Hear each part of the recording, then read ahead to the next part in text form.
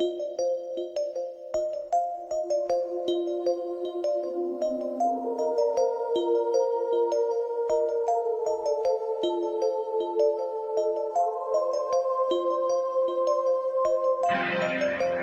are listening to And If Love Remains, a unique show spotlighting people, ideas, science, culture, and art. Your host, Mike Leavitt. Cool. Should we go over the next game? Yeah, let's go to game 2. Okay. I think this was your best game, right, Stephen? Yes. So this is the one that I was not 100% on. I thought I was. What's going on? This is the one where I got you to think a little bit. Yeah, exactly. Let's do some analysis here. Turn off the lines. So this time, Stephen is white, which means he has the first move. And that means you end up with an advantage, right? The white has advantage in every game. White has a slight advantage, yeah. It's minimal, but it is there. This one did last quite, 10 moves longer as well. So, and it could have gone. Oh, is this the one where you ran out on time, Stephen? Wait, no, you know what? This is not the one. This is the third one. This is the one where you lost queen. Let's go to the third one. The third game played. The third game. Yeah. Is it? It was the one where I was playing white, though. Am I wrong? Yeah, Let's see here. Wait. I think it was the second one. Oh, you know what? I'm going to the wrong one. Sorry about that. Oh yeah. All good. This is it. It was the early C5. Yeah, this was it. This was quite close. Closer than I was thinking it was going to be. After about where was it? About move 9. I was like, oh man, I did not get as much as I thought. Again, I think I was playing to your rating instead of your strength, just assuming. Because I do this in speed chess a lot. I might not play exactly the best move, but it's a move that's strong enough and makes them think. And if they don't do the best move to reply, I'm going to get an advantage. And if they do the best move, then it's either going to be equal or I'll be a tiny bit worse. But then I'm like, I'll come back from that. So it's kind of a risk reward thing where you're going, okay, yeah. If he sees what I'm doing, then I'll be okay, but it's not great. But if he doesn't see, then it's better. It's a good risk on that. Yeah. Yeah. But I don't know if like my bishop G4 move was the best. Anyhow, you want to take us through the beginning here? Yeah. So I started the game off with the queen's pawn. So I played D4. And I'm curious, why do you play D? So you played D4 in almost all your games, which is not typical. So it's funny to see the progression of players as they get better. Most players start with king pawn. That's the easiest to sort of understand and play. And then as you get better, you sometimes veer towards D4, queen pawn, which has some different dynamics to it and is often more positional. Not always, but sometimes, and that's harder for beginner players to understand. And then sometimes players go back to E4, and of course, top players can play either quite well. But I was curious to see your E4 because at your rating, I think most players would play E4. Yeah, so the reason I don't like E4 is because I feel like it's a little bit looser of a move because it relies so much more on tactics, in my opinion. So when I play E4, I feel like I have to know more theoretical moves and more advanced play, because especially against someone at your level, like I'm not going to get away with some of the more trappy stuff,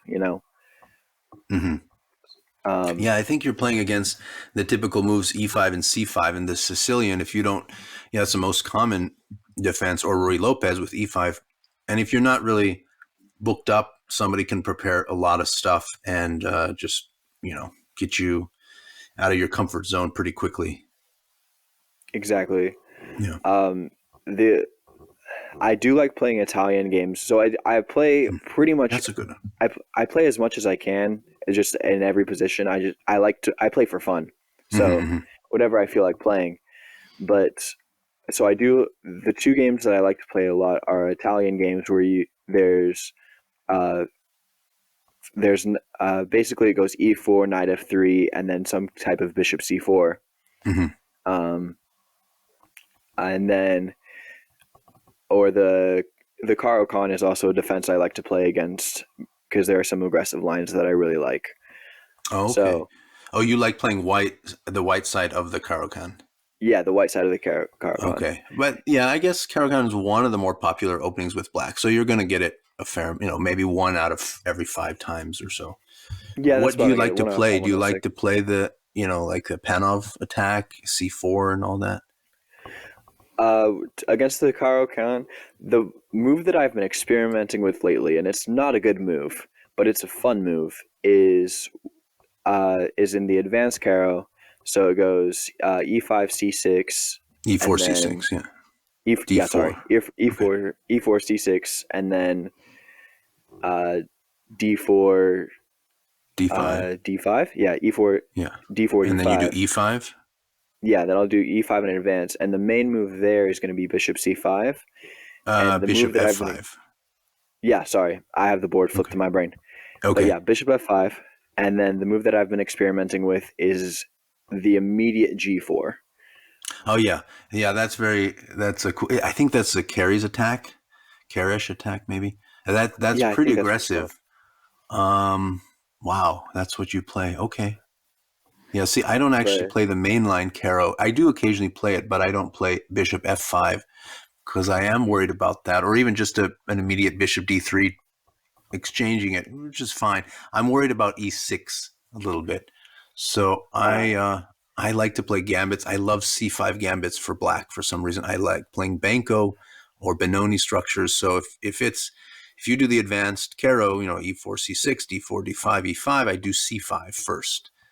And yeah, I think that is an annoying move. yeah, but white gets a good game out of it. It's just, it gives me some play because you can just take, and I guess I can go E6 and you protect the C5 pawn, either bishop E3, or you can do knight F3 and I go knight BD7. You can even give up the pawn on C6, or B4. I don't know. It gets pretty hairy, but I think there's a guy I follow a bit online, Gotham Chess, and I think that's the line he recommends is C5 in the advanced Caro. I watch a lot of him too. I love his channel. So yeah, he's awesome. He has some good stuff. Yeah, but again, they're at a level where they'll understand more of those nuances, and I won't. I'm not, anywhere near his level, and he's nowhere near Hikaru's level. And it was fascinating. There are a couple of videos of him analyzing a position with or some problems. I don't know with Hikaru as well, and you see the split screen, and then they talk about their thought processes. It's pretty interesting, and he's strong. He's like a 23, 2400, maybe 24, 2500 player, but Hikaru's 2800 strength. Right, so, Hikaru is playing with the top 10, top 15 guys. So yeah. Yeah. So you go for this D4 to avoid some of that, and you like a London system, it seems. Yes. Or a Colley system. Yeah. And those are I actually love the London system. But the only thing I don't like is playing against an early C5 and Queen B6. I've played people that know that, and that's very annoying for me. I think that's the best way to play against it. But so let's see. You did D4, so pretty straightforward. So I did C5 early. Yeah, you played it very early to the point where I was like, oh no. I thought you were going to take that immediately. It's not bad. It wouldn't have been a bad move too. The kind of idea I had was that I would rather you take me and open up the diagonal for my bishop to get my bishop out into that kind of London setup. Right. So, yeah, it is good if I only took you after I saw a couple things and reasons why I thought it might be okay, although you still got a fine position. So I don't know. It's a bit risky. So this is kind of a gambit here is what we call it when you give up something, typically a pawn. And it looks like it's free, but you end up getting something in return. So again, this is kind of harder for beginners because you just give something up for free. It's how do you get the compensation? I mean, if you take that, so we have the moves d4, knight f6, knight f3, c5. If you take that, I could just get it back immediately. Queen a5, you block, and then I take queen c5. But my queen's a little bit exposed. I haven't really moved my pieces out much, and you've gotten a chance to develop. But I have gotten your center pawn for one of my side pawns. So there's that. Right. But anyway, I That think is what you another did was good fine. hit. E3 is a fine move. So let's see. What does the evaluation say? You're at 0.7. Oh, actually, it does not like E3 so much. You go down to basically level. So let's see. It doesn't like my C5 all that much either. It probably just wants D5 or, yeah, D5, E6, or C6. So I do C5, doesn't like it, and it likes either taking or just pushing D5. So if you push, you get into these setups like a Benoni structure where I do E6 and maybe we trade. You do C4, knight C3, and E4. And then I either do a snake Benoni. I can bring my bishop to D6, C7, A5, or just push D6 and kind of have a more traditional Benoni setup, which is a little bit defensive for black, but it's reasonable. I don't think it's played that often anymore at the very high levels because it's just too passive, I think. But yeah, I think they just recommend D5. But E3, you still got your basic opening your basic opening advantage, and that's about it. Or maybe not even, because I can play D5. It's pretty even here. Yeah, but I don't take quite advantage of it. I could play then in the center with D5, and then if you ever take, I can do knight C6, E5, bishop takes C5. But yeah. So anyway, I think we're both a little bit worried about what's coming, and we're not playing quite the most accurate moves. We're playing more the player than the board, I think, at this point. So anyway, so let's see, E3, G6, bishop D3. So you're aiming more for a Kali system because your bishop's still on C1, not out on F4. So you're going to do like C3 and then knight BD2, castle, and maybe get the bishop out, and then E4 at some point, and then the bishop out.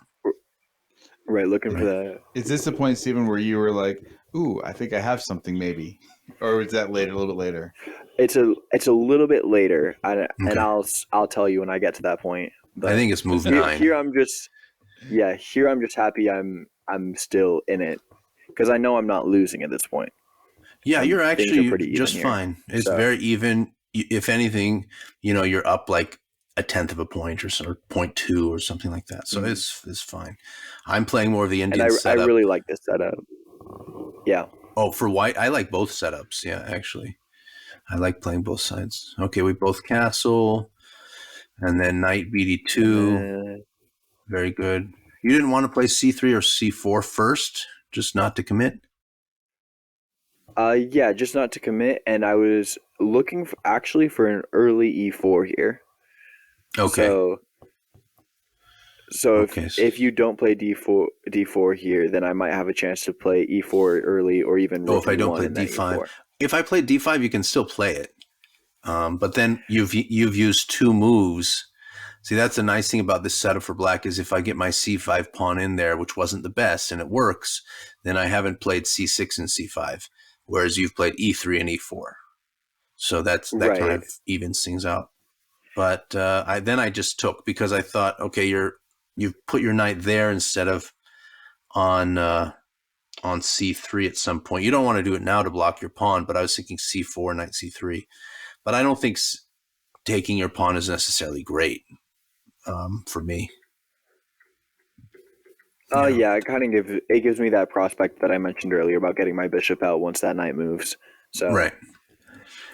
So C takes D4, E takes D4, and then I do D5. That's a little committal. I was thinking of maybe doing D6 first, and then, but then the pawn on E7 is always going to be backwards. Or I can just do knight C6 here, or B6, get the pawn. I don't know. D5's fine, but I wonder what, D5 also kind of like locks things up a little bit. So neither of us are going to really be advancing into the position with pawns anytime soon once you play d5. Yeah, it does lock things, but then it gives you the e5 square for good, and you've got more pieces that you can cycle around to that faster than I can cycle to the d5 square. So I want to put something on d5, you want to put something on e5, and you're just faster. So yeah, d5, the computer doesn't think it's the best. It probably likes, a d6 kind of thing or a c6. I was looking at the lines, and knight c6 and d6 are the two top moves, and the other one is queen c7, which I wouldn't have necessarily thought of, but I can see that.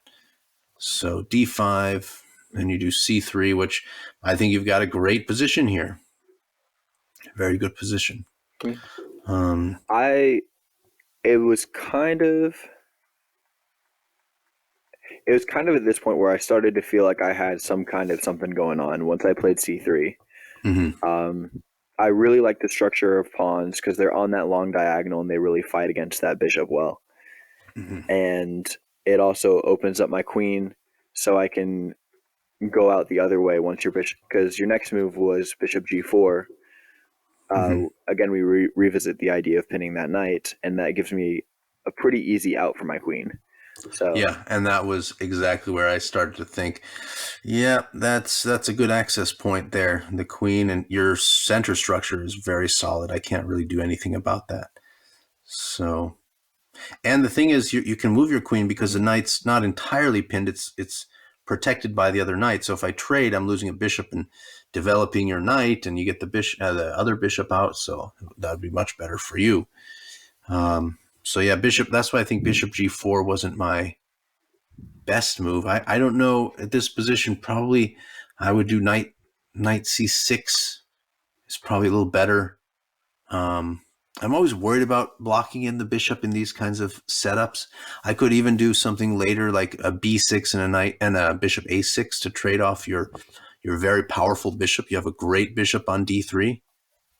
So that's probably what I would aim for in a longer game, like a knight c6 kind of thing, or just development moves. And actually, looking at the computer lines, there are three that are all tied. Knight c6 is one of them, the queen c7 again, and knight fd7. That's what's being suggested. So just kind of a slow maneuvering. But I did a slightly committal move, and it was the risk that I was explaining earlier. If it works, I'm a little better. If it doesn't work, I'm not terrible. I might be a little worse. And you found the best move, queen b3, and I'm a tiny bit worse here. Yeah. Yeah. And then when you played queen c8, you were guarding the pawn on b7, but I kind of felt like it was a step in not the wrong direction, but a step that you didn't want to take. Yeah. Here. Yeah. So. Yeah, because I want to get my queen to d6 or d7 or c7 or something.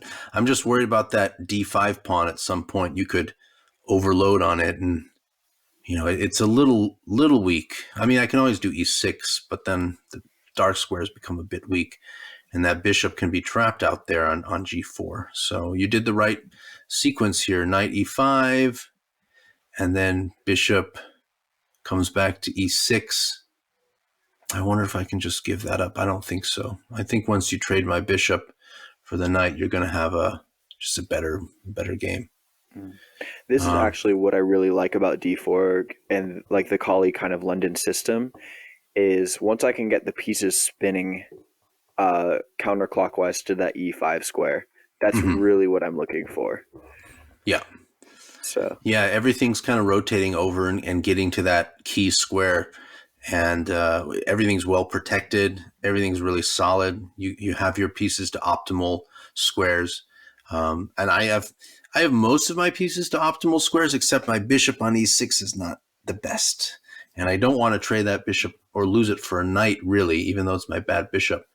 And I say bad bishop because my center pawn is on a light square and kind of blocking my own piece. But still, it's a bishop. So I tend to favor, and I think most top players tend to favor bishops a tiny bit. So I did, I was going to do knight c6 here, but I wanted to open up my bishop and,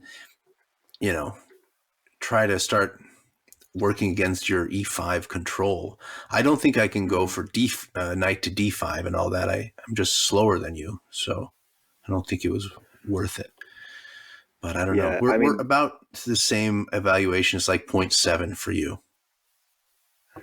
Right. I really liked your move knight to d7, just looking to trade off that knight, and I was pretty proud of the fact that I came up with a bishop f4 move and just kind of reinforcing that. Yeah, I think that was good. It's a good sequence. Yeah, I mean that's what your next natural move is. I feel is going to be anyway. You don't want to take my knight first, then I get my other knight out, and I've gained an extra move. You want me to take you, and we trade back, but you've still got that advanced control. Let's say you're controlling a square that's more in my territory than what I'm controlling in your territory. So, and I always have to worry about that d5 pawn. And if I want to get out of that, I kind of have to protect it first, probably with queen d7, then move my bishop, then play e6. But I'm holding on to a bishop that's not the greatest in the world. So, and that your queen is positioned well too. It's attacking. I can never really attack it. And my queen's more defending. So I liked your position, and the computer does too. It's your up 0.7, it shows. So I do knight c6. So yeah, I guess we skipped a few moves, but I'll just go over them quickly. Yeah, let me just say all the moves from the beginning so people can get to this position if they want. d4, knight f6, knight f3, c5, e3, g6, bishop d3, bishop g7, castle, castle, knight bd2, c takes d4, e takes d4, d5, c3, bishop g4, queen b3, queen c8, knight e5, bishop e6, knight df3, knight fd7, bishop f4, knight c6. So here we are. Mm-hmm. Okay, what are your plans here? So my plans here, my next move was rook e1, rook a to e1. And why a, by the way? The reason I was doing a is because I wanted, a couple reasons. Number one, I wanted the f rook to stay where it was, because I know that because I don't like the f2 pawn. I don't like how weak it can get if I move the f rook off of it. And also in the future, I was kind of thinking of doubling up on the e file. So I'd move the a rook that just moved to the e file up, and then move the f rook over after that. It's probably fine. The only thing I would say, typically the rooks are a little better like on e1 and d1. The rook on f1, I don't think it's too useful there, because it would only be useful if you were going to push f4 and f5. Maybe you can do that, but there's a lot of stuff in the way. And also your f2 pawn is not that weak. I cannot access it anytime soon. So, and the thing is, the a rook could be useful if you play a4, a5, and really clamp down, because you've controlled the center. You have more control. You're kind of controlling more of the king side, or at least, I can't do much on the king side. So if you could control the queen side as well, you'd have all three sectors under control. So I mean, it's a very minor point, but I feel that rook f to e1 was probably a little stronger, even if you're going to double up, because you might reserve that a rook for against some queen side activity. Now that you're pointing that out, that isn't something I thought of at all. But yeah, if I can use that rook to push a4, a5, and really limit the knight mobility there. Mm-hmm. Although, as I say that, I'm looking at the lines, and they're both recommended rook a e1 and rook f e1. So I guess it sees more of the center, and king side activity is faster than the queen side activity. So in the end, you're correct in playing it. I just thought, for me, my thought process is always, typically the f rook goes to e1 and the a rook goes to d1 or stays there to push. But yeah, I guess in this position particularly, you're a little bit ahead. You can do what you did, and it's quite good. Yeah. Yeah. My other thought in putting the rook on that file was the bishop on e6 really, I feel like, weakened that file, because now you can't push e6 with a pawn. Right. So it's kind of it's a weird position to play. Yeah, it's Not a little. losing or anything, but it's a hard one. I'm a little tied up. Either rook to e1 was a great move, and my instinct would be the f rook, but turns out that the a rook is the one to move here, although they're both fine.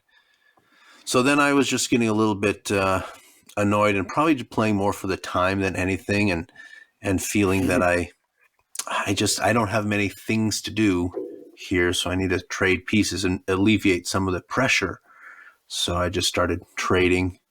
Let's see if they're terrible trades by the computer. Yeah, I just took knight from d takes e5, then you took knight e5, then I took knight e5, then you did bishop e5, and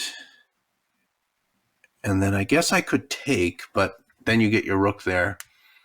I need to get something going on the queen side. What was your thought behind playing a6? Because that was a move that I didn't really understand. My thought for what? What was so in this whole sequence, and I thought you were just going to trade everything and take the bishop on e5 here, but then you played a6, and that's something that I didn't really understand. So like, what was the thought? I don't know if I understood it. Here? So, okay, I'll tell you what I thought with trading. It almost worked how I wanted. I thought I'd trade, and then you were probably going to take with the rook, and then I was going to play f6 to knock the rook, but it's a little risky because that e7 pawn could get, there are too many things being attacked there. But if I had enough time, I was going to bring the bishop back and then play e6. I just don't think I have enough time, so I don't think I can dislodge your rook. So I thought, instead of doing that, I need to make headway in the only place I can, which I thought was the queen side. So I was thinking a5 and then the a4 to kick out your queen. But if I do a5, I really weaken the b5 square. So I thought maybe I'll do a6 and b5 and kind of try to trade your bishop and then get my queen into c4, because that was a slightly weaker square, or try to even give up a pawn on the queen side, like what's called a minority attack. I have basically 2 against 3, but if I can trade one or weaken your structure a bit, even if I give up a pawn and try to take that pawn back, I can open things up, keep things closed on the king side, and get some counterplay on the queen side. Because if I don't get any counterplay and I just kind of shuffle my pieces around, you're going to make more headway on the king side and in the center. You're going to push f4, you're going to do maybe h3, g4, and f5 at some point with both your rooks there. You can even sack a rook for the exchange, to give up your rook for my bishop and ruin my structure. So I just didn't like prospects of not doing anything. But at this point, I don't know. Maybe here I should do like f6 and then rook e8, bishop f7, and try to untangle myself a little bit, and then e6. And I've got sort of this hedgehoggy position where I'm just cramped, but in a corner with all my pieces around me. But not too many targets. So I don't know. Sorry, did I lose? I wonder what Oh, sorry. Can you hear me? Hello? Yeah. You just faded out for a second. Okay. So hopefully my computer picks that up. Yeah, I don't know. I was looking at the computer lines, and it gives some interesting. It says queen d7 is a possibility. It does say a6, although that's the third possibility. And it says bishop h6, which is not something I would have considered. That's not just my kind of move. But I guess it avoids the exchange and keeps my bishop, and says your bishop on e5 is blocking yourself more than it's attacking me. But that's a very hard move for me to find. So I did a6. Not great. You traded. Bishop takes g7. King takes g7. And then queen c2. I think I was kind of worried about f4 coming in immediately. And then just f5, giving me doubled pawns there. I don't know. Or rook e5 here. Anyway, queen c2, then I'm like, I have to start pushing now on the queen side. That's the only space I can go. But it doesn't like, the computer doesn't like that. It wants me to slow play it still, rook e8, queen d7, queen d8, just slowly maneuvering, not opening myself up. But anyway, well, I do. Is that because is one of the reasons for that because you're ahead on time at this point? Partly I'm playing the clock too, yeah, and I'm just putting pressure. B5 looks scary. It looks like, oh man, I'm going to attack him now, but actually it's not that scary because I can't go a5, then the b5 pawn would hang and there's nothing for it. And I can't really go b4. I don't know, you could have just taken it because I think you have plenty of protection if you just take that pawn. But again, it looks a little bit scary when you don't have a ton of time to think. So that was my only hope here, because I'm slightly behind now with b5.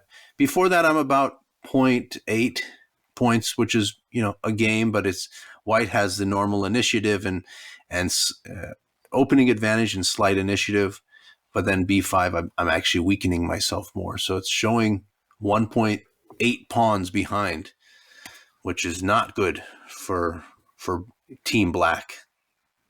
Yeah. So then you do rook e5, which I guess it's not saying it was the strongest move. I like it. It looks good, but I was a little worried of f4. You could even just really clamp down on everything with a3, I bet, and say, okay, I'm never going to make any headway on the queen side, and you're going to have all the play on the king side. But it says rook e5 or f4 or rook e3 are the moves. So rook e5 is still the top move. Again, as a rookie, haha. It seems like controlling the whole board is a really daunting task, and being able to kind of limit yourself and play, half the side of the board, that seems like a good way to go sometimes. Oh yeah. Yeah, it's a lot to control everything, but Stephen already has the center more controlled than I do, slightly more. He's got a better bishop than I do. That's, I think, the biggest difference in our That's the positions. One on D3. Yeah, and the reason why that one's so good, and I'm sure you love this setup, is that he's got those 3 pawns on B2, C3, and D4 as a diagonal, kind of like a stone wall, which I can't really breach. And I've got this lone pawn on d5. Now, if I had a pawn on e6, I'd also have a very strong wall, but then my bishop would have to be behind that wall. And I'm basically just knocking up against my own wall. So my bishop's sort of out of play at that point. His bishop is on the opposite color of his pawn. So his bishop has lots of freedom to roam around. It can go to e2 and d1 and c2 and b1 and f3 and maybe even g4 at some point.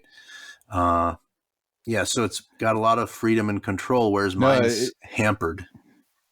I can see like your guys are like you're kind of caught on the wrong side of the wall. I can see that now. Yeah. If I could just magically replace my bishop with the one that I traded, the dark squared bishop, put a pawn on e6 and a bishop on d6, our positions would be exactly even. We'd have a very close position. But because I have the light square bishop and it's on that square, that makes a total difference. So a newbie looking at this board would say, oh, it looks you guys are exactly even. You have the same number of pawns, you each have a queen, 2 rooks, a bishop, and a king. But the quality of our 2 bishops is vastly different. Gotcha. So that's the biggest thing. Our queens, his is slightly better place than mine. His rooks are slightly better place than mine. But the biggest difference is that bishop. So that's why the evaluation. So I kind of lashed out here with b4, which the computer is probably thinking is okay, but not great. You're still about a point up. And I think you could have taken it. Benny, go ahead. Yeah, I was going to say, I think I could have taken it, but I felt like I had some kind of an attack, and so I like the queen. So yeah, you don't want to trade queens. See, I don't mind trading queens at this point to consolidate and just say take a pawn. And I guess I trade. You take with a bishop. I move my rook out to the open file. Probably you do bishop d3 or b3, and then you end up, pushing a3 to protect the pawn if I attack it. So I thought that was fine for you. Anyway, you did rook fe1, which is still good. And you're threatening kind of to take my bishop, I think. I don't know. Is that what you're playing? That was the idea I have too, but it doesn't look like the computer likes that. But that was the idea I had too. It doesn't like rook fe1. I would be more inclined, again, I would probably just take the pawn. I don't think there's any risk. I don't have a dark square bishop, so your pawn on d4 is not, it's going to be very hard for me to take it. That's the only reason why I might not take the pawn, is because your pawn is protecting the d4 pawn. But since I have no way to get to it, it's going to be safe probably for a long time. And if I ever do get to it, you'll have some other advantages. So I would just take the pawn at this point. What does it say? Let's see. The other options were, f4, which I was thinking about a while back, and you never managed to get that pawn out for a while. But now we're getting more even. So b4, rook fe1, and then I just take, b takes, b takes. The reason. So do you understand why I took? Or what my thought is now? Idea, I mean, you do open another line down the b file was one thing, and then just kind of using that minority attack to weaken everything, and it's not quite as stable as it was. Yeah. So my two queenside pawns were not great. Yours were very strong, but now all of a sudden you've got this c3 pawn, which is backwards, and it's a little tough to defend. And if you do push it, I'm going to trade my problem pawn in a way. We're going to trade all our pieces on the c4 square, and then I'm going to push my pawn to e6, and you'll have an isolated pawn, and I'll have a stronger structure. So we'll either trade everything down to even again, or you'll have to be saddled with this slight weakness on c3. So even though you have a little bit more presence in the center and on the king side, you're right. I open up the b file, so I can start attacking there. You've moved your rooks to e1 and e5. You've taken 3 moves to get on that center, which now is like, okay, there's not much going on there. And I'm trying to say, oh, there's a lot going on the queen side now. I'm going to start pushing my pawn, and I'm going to get my rook to b2 maybe, something like that. So here I was thinking I'm a little worse, but I have something to go for. I have a target. My target is, the b file and that c3 pawn. So actually the computer is now showing us as exactly even. So I was a little happier at this point. So now how do we maneuver? So b takes c3. I do queen c6. Of course, I want to get the rook around here. You did rook 5 to e3. I'm curious why you brought that one back. So this idea for me actually played out, but the idea behind bringing this back is I didn't want to get booted out with f6. I can't boot you out with f6. You can't. I mean, that was my thought, is that I didn't want to be. I don't think it works very well right now, but that was a future idea. But eventually, that I didn't want to happen. Okay. Yeah. And then my other idea was to move the bishop on d3 out of the way to guard that c3 pawn that I had made a weakness. Okay. So. Yeah, because now I think you're recognizing that is, now you have to do a little defense and what is that? Control. When something goes out of damage control, a little bit of damage control. Yeah. Okay, so that makes sense. I think it was okay. I'm wondering if the other rook would have been better, or just going through that sequence of trading, because it's now starting to shift all the advantages that you've built up, attacking and getting your rook to that advanced post to help the f5 push. You're now kind of reacting to me, which is what I want. So that the dynamics are shifting. I think I would be more inclined to do either the c4 move, just to say, okay, this is going to be weakness. I'm going to get rid of it, and we'll trade, and I'll still have a little bit more advanced pieces than you, so I'll have a slight advantage. Or say, you know what, this c3 pawn might go, but I have my attack. It's going to work. I'm going to go f4, f5. Because now my queen's not supporting f5 anymore, through an x-ray. When it was on c8, it was. But if you can do f4, f5, let's see, I take, you take with a bishop, I take, you take with your queen or your rook, you're opening up my king side. You might lose the c3 pawn, but I think it's inconsequential. So I'd be more inclined to go for the attack or liquidate. And I think that's what the computer is also showing. Yeah. It actually likes liquidating the best, just c4. Yeah. So then you're about a point up, 1.2, 1.3. So, okay, after the rook comes back, we're dead even.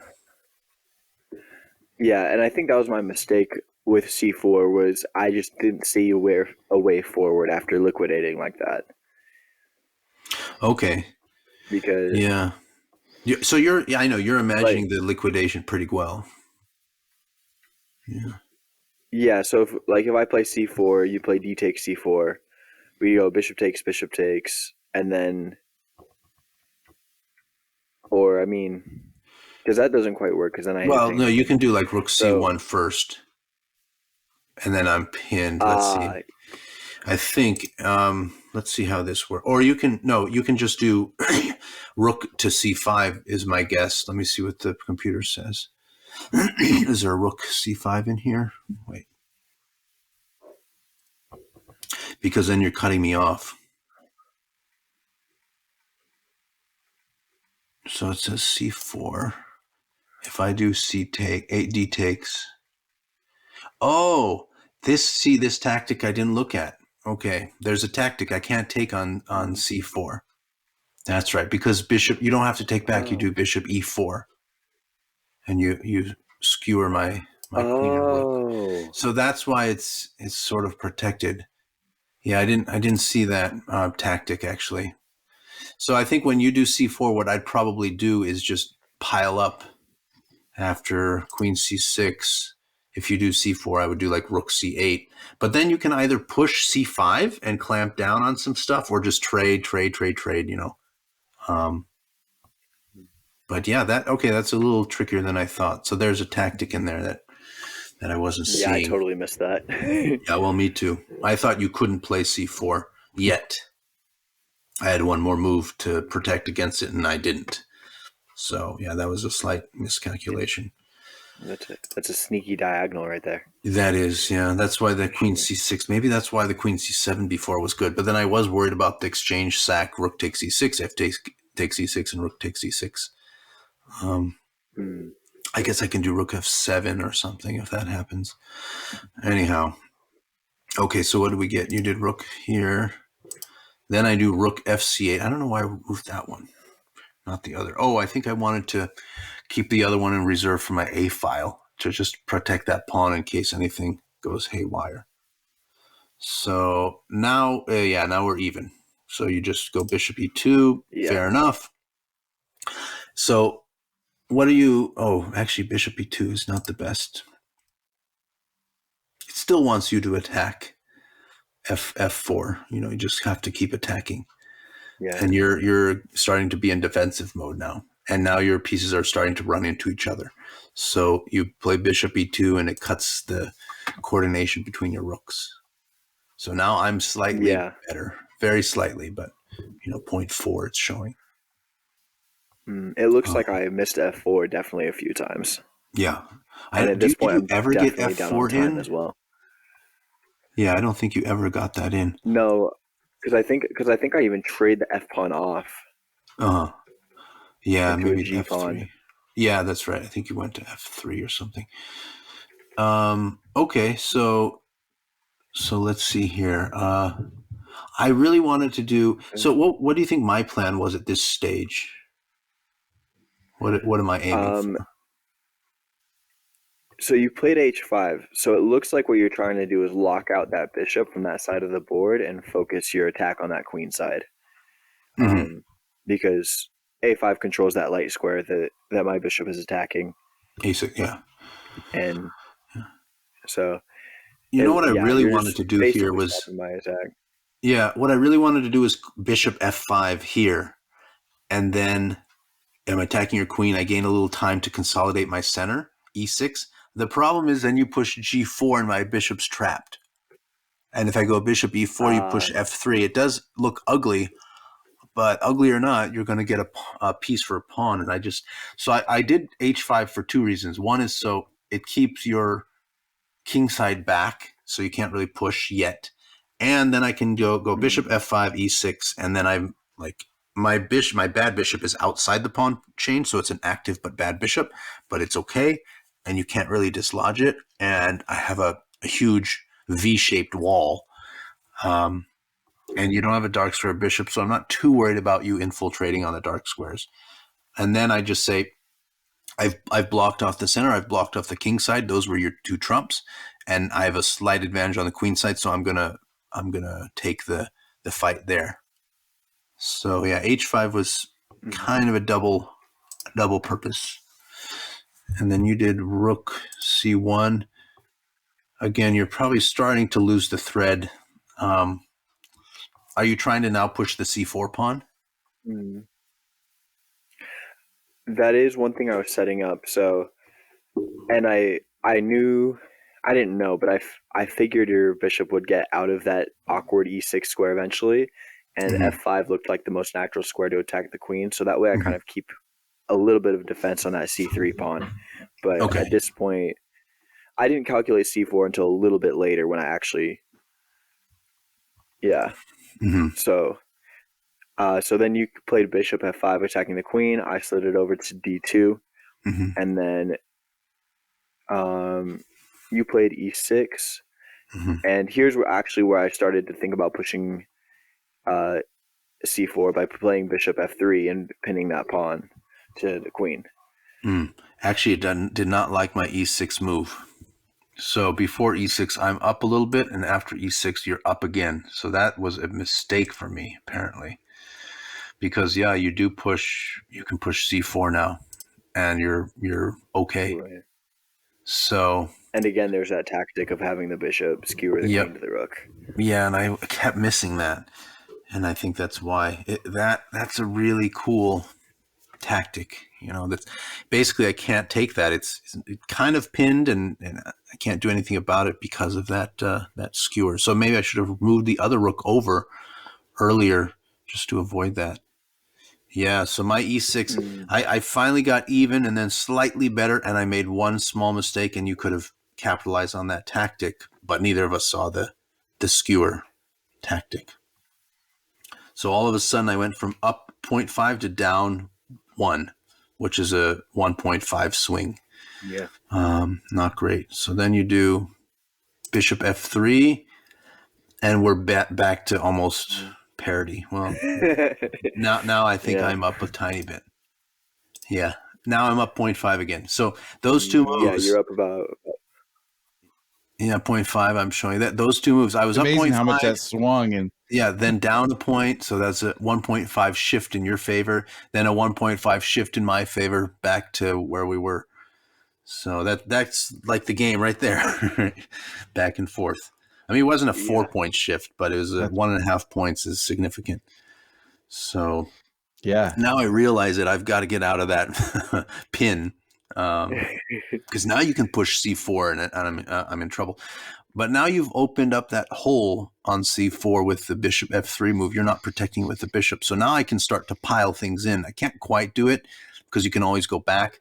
But if we could take the bishops off the board right now magically, I think I'd have a almost winning position, even though it's completely even, because I can just pile everything on that c4 square, and basically you're just going to be defending. I'll probably put my rook on c4, queen on a3, other rook on c8, and you'll just have your rooks, on maybe c2 and queen on c1 or something like that, and just staying there until something happens. So yeah, queen a3 is really an annoying move in the future. Oh yeah, queen. So I did queen a4. So you did bishop f3, queen a4, and then you did bishop d1 because I think you saw that I'm coming in somewhere. And then I did queen I really a5. didn't like that. I really wanted to do queen a3, but it's not ready yet. I don't have the rook blocking that pawn. So then you could play c4 if I do queen a3. So queen a5 really pins that pawn down, and you don't have much play here. And my thought, if you played queen a3, was to play the bishop from d3 to b2 and kind of guard a2 while also blocking off the queen from c3. Oh, from d1 to b3? You could, but if I play queen a3, you could just do c4 immediately. Attack my queen with your rook. Then then I can't move back on the eighth file. I'd have to move back to maybe e7, and then you could push c5. So I'm curious what the computer says. If I do queen a3 as a sideline, oh, it swings back again. So I was up 0.5, now it swings to 1.0 in your favor, with c3 being the top move. Yeah. And then if I go back to, I don't know, queen e7 or d6 are the options. Probably e7 I would do. And if you did c5, yeah, that's a totally different position, a different ball game. Now I'm more on the defensive again. And you've got a protected pass pawn on c5. So that's not bad. Okay, let's go to, so I did queen a5 on move 26, and we're still even, pretty even. It's like 0.3, 0.4 for me. You did h3. What was your plan? I think I know, but why'd you play h3? I played h3 actually for a couple reasons. So one, your bishop has kind of become a little bit annoying, and so I'm planning to play g4 in the future if I ever get a chance. Mm-hmm. And then my other idea was just avoid back rank issues if I start to lose the c3 pawn, and just kind of have a safety net. And it gives me that dark square escape because you have that light squared bishop. So yeah, I think it was smart. I think it's a good idea, and I think the computer's fine with it. All the reasons you said. Yeah, so back rank mate would be something like your king is stuck on the back rank, we trade some pieces, and somehow I get a rook or a queen to the same file as your king, and you don't have anything back there. So somehow maybe you get out of the way of c3. I take, and I get you away or get you distracted and get a check back there. I have no chance to do it yet, but this is just for the future. So yeah, this is a good multi-purpose move, h3. So I see that you're going to play a g4, and I can't really move my bishop out of here.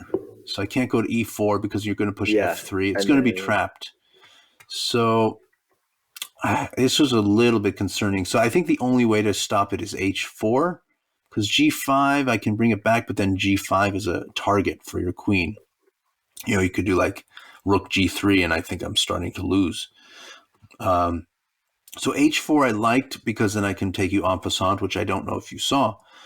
But it also worried me because I can't really ever protect h4. This I actually was pretty proud of. So seeing the en passant, and then never playing f4, but I played f takes g3.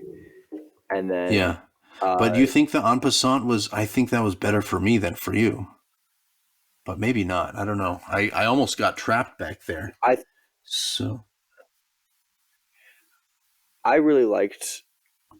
was okay with en passant because I really liked my next move, g4.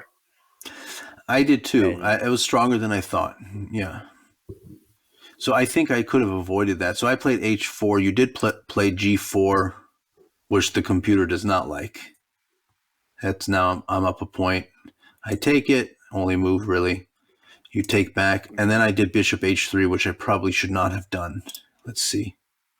No, it still, now it's back to 0.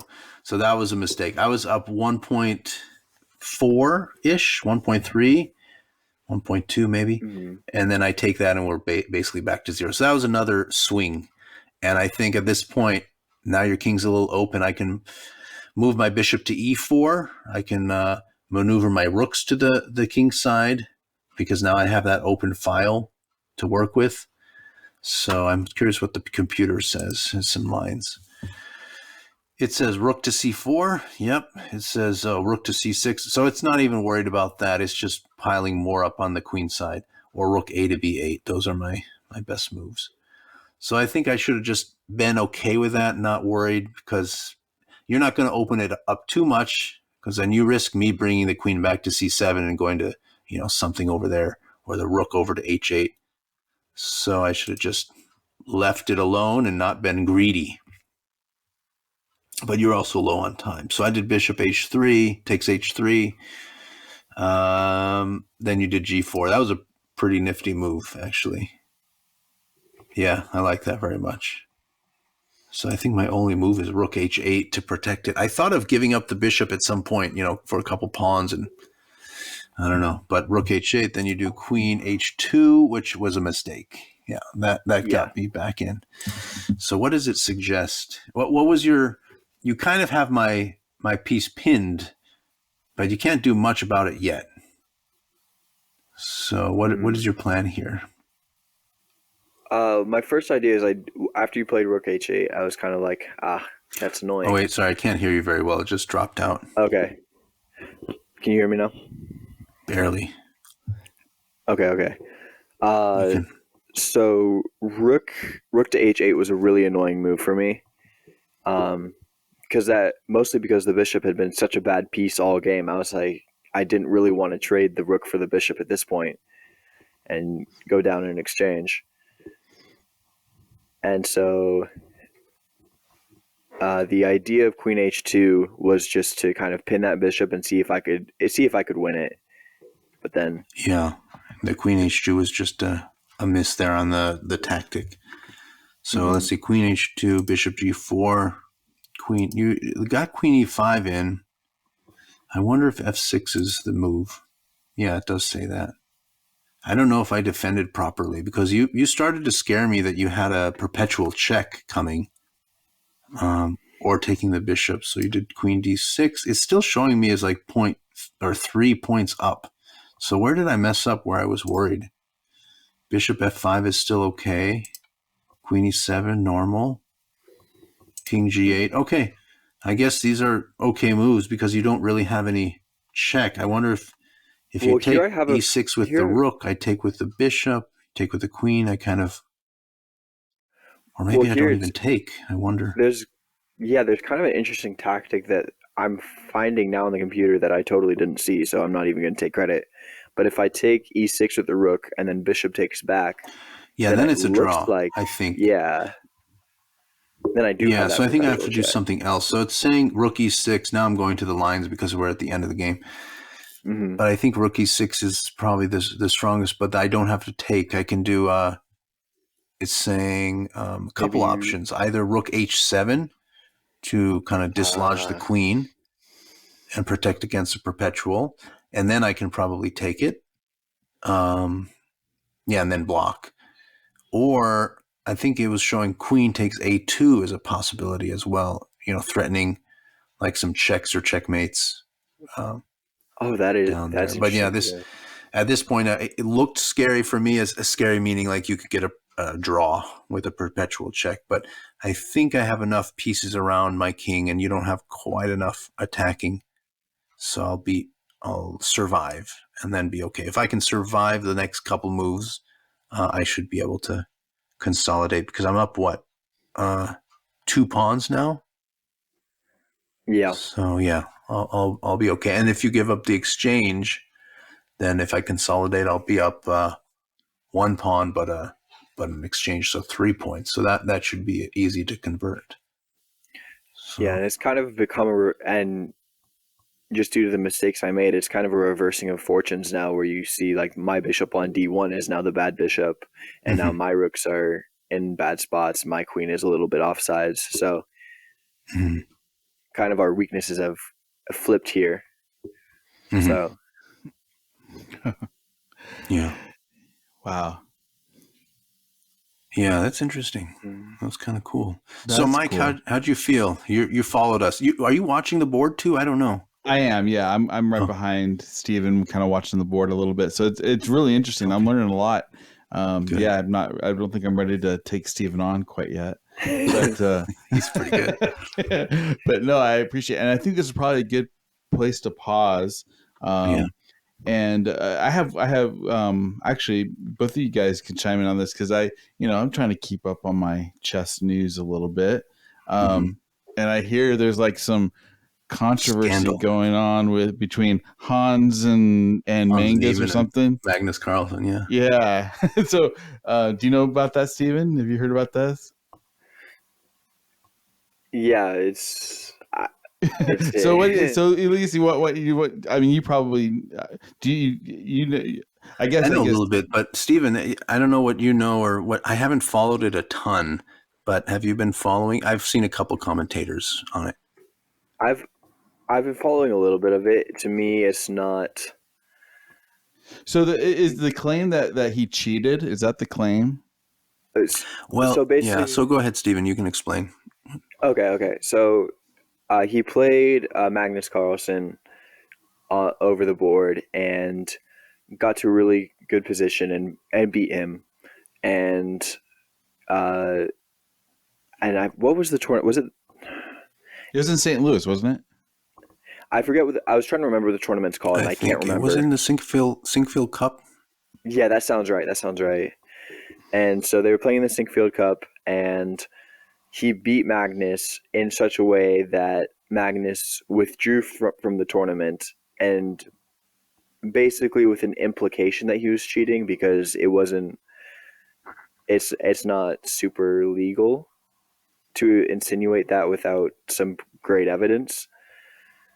And so that was the insinuation, though, and he's never withdrawn from a tournament before, so it was kind of an unusual thing.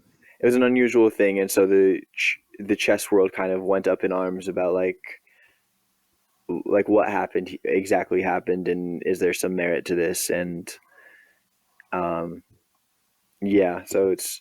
it's an interesting situation. Yeah. So yeah, I don't know if we'll get to the bottom of it. I mean, it sounds weird. I mean, because I mean, and again, not knowing the technical details of what happened, and you'd kind of have to know to really know this full story. But because you could either look at it as like crying over spilled milk kind of a situation where he's like, oh, I don't want to play this guy because he just beat me. Or you could think of it as, he maybe has some evidence or some idea that he cheated. So I just thought it was interesting. Like all of a sudden in the last week, like everything kind of went, whoa. Yeah. I think part of it, just computers are so fast, and there have been some actual scandals in the past of known cheaters where they've been caught, going to the bathroom and having a cell phone there, or maybe somebody planted a cell phone, because there are at these tournaments, especially Sinkfield Cup, there are some major checks and balances.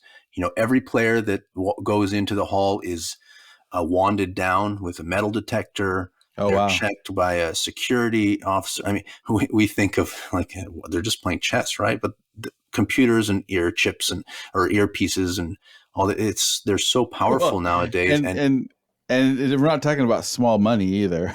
No, and it's big money in these events, especially at this level. Mostly the players are invited. Actually, at this tournament, they're only invited.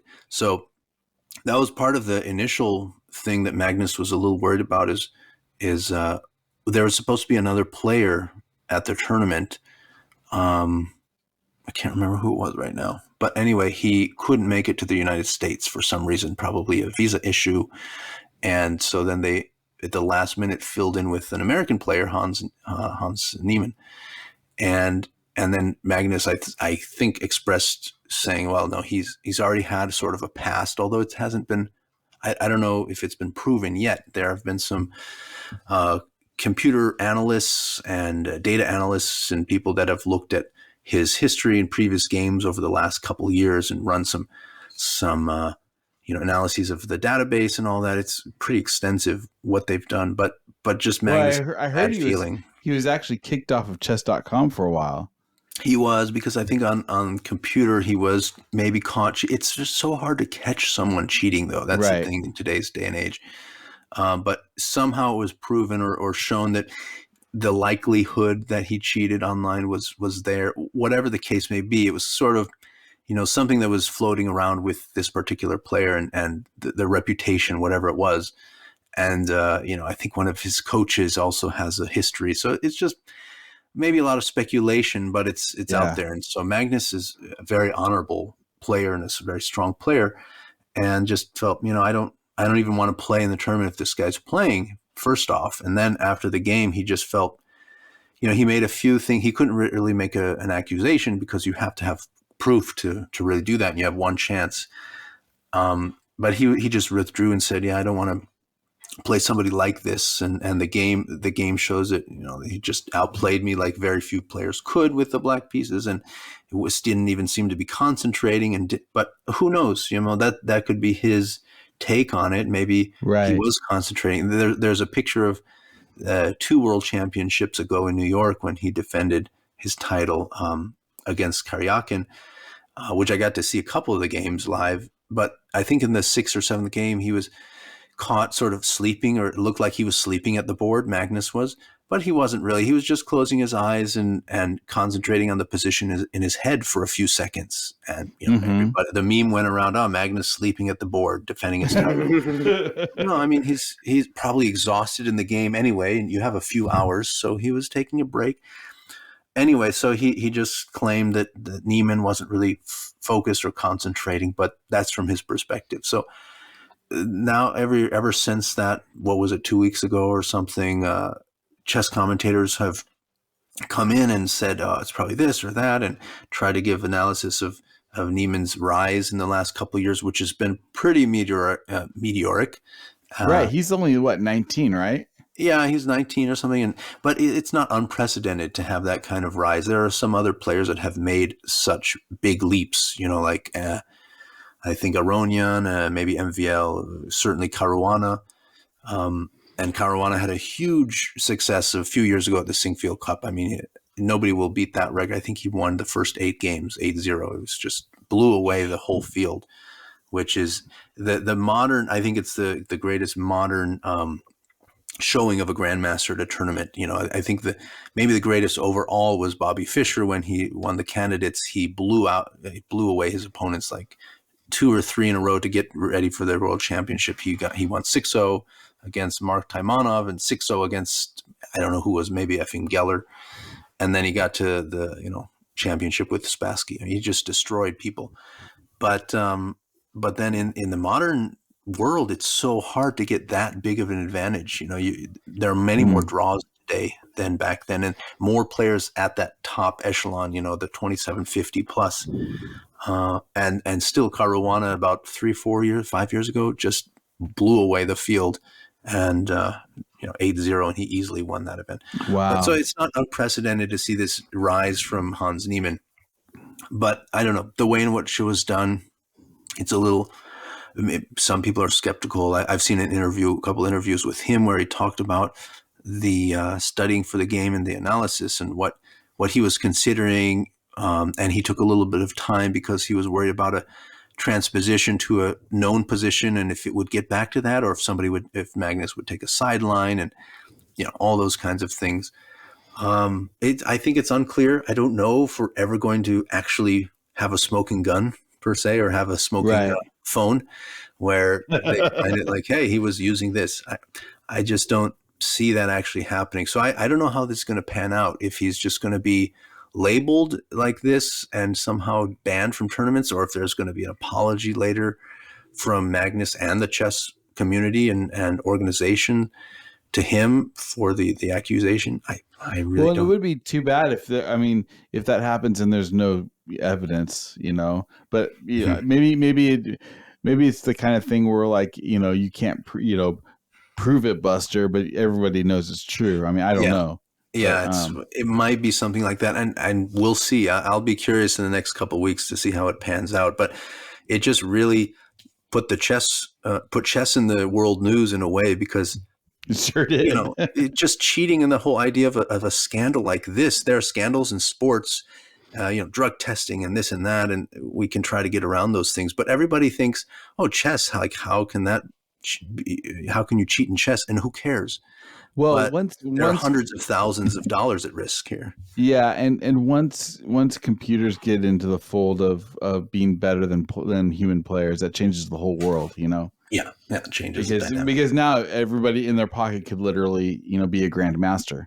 Yeah, exactly. So, you can have a pocket computer that's stronger than anybody in the world.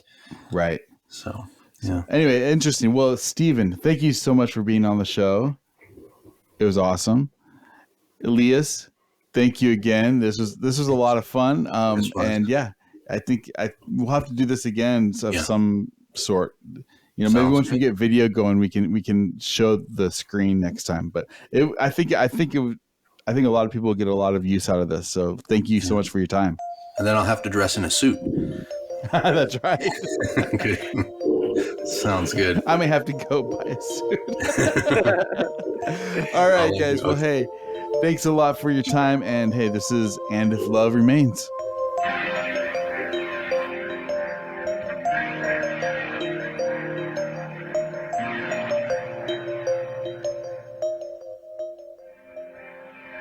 You are listening to And If Love Remains.